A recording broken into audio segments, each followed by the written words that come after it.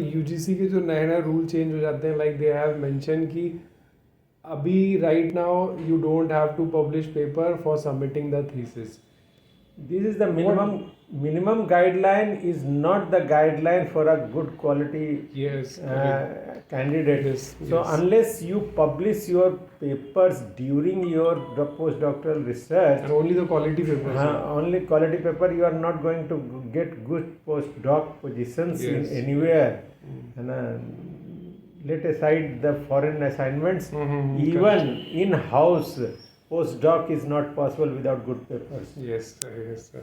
So, sir, one last discussion. Like, interview time is on. Most of the students are facing interview in different universities, even in BHU also.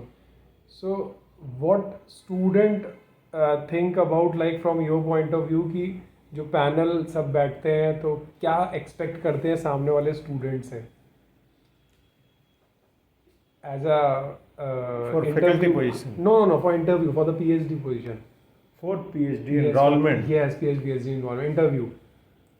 Because sir, after JRF also they have to face the interview. Without three aspects which usually I investigator looks into a prospective research scholar to get enrolled under that him or her. Yes. First, the focus of the student. Correct. Okay. Is he ready for the enrollment? Whether he has learned any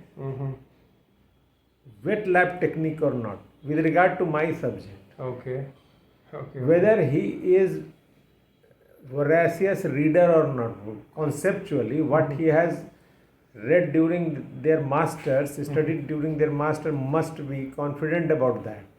So unless you are a voracious reader, unless you are well equipped with the various wet lab techniques, you are not going to execute what you are assigned for in the next 3 years. Okay.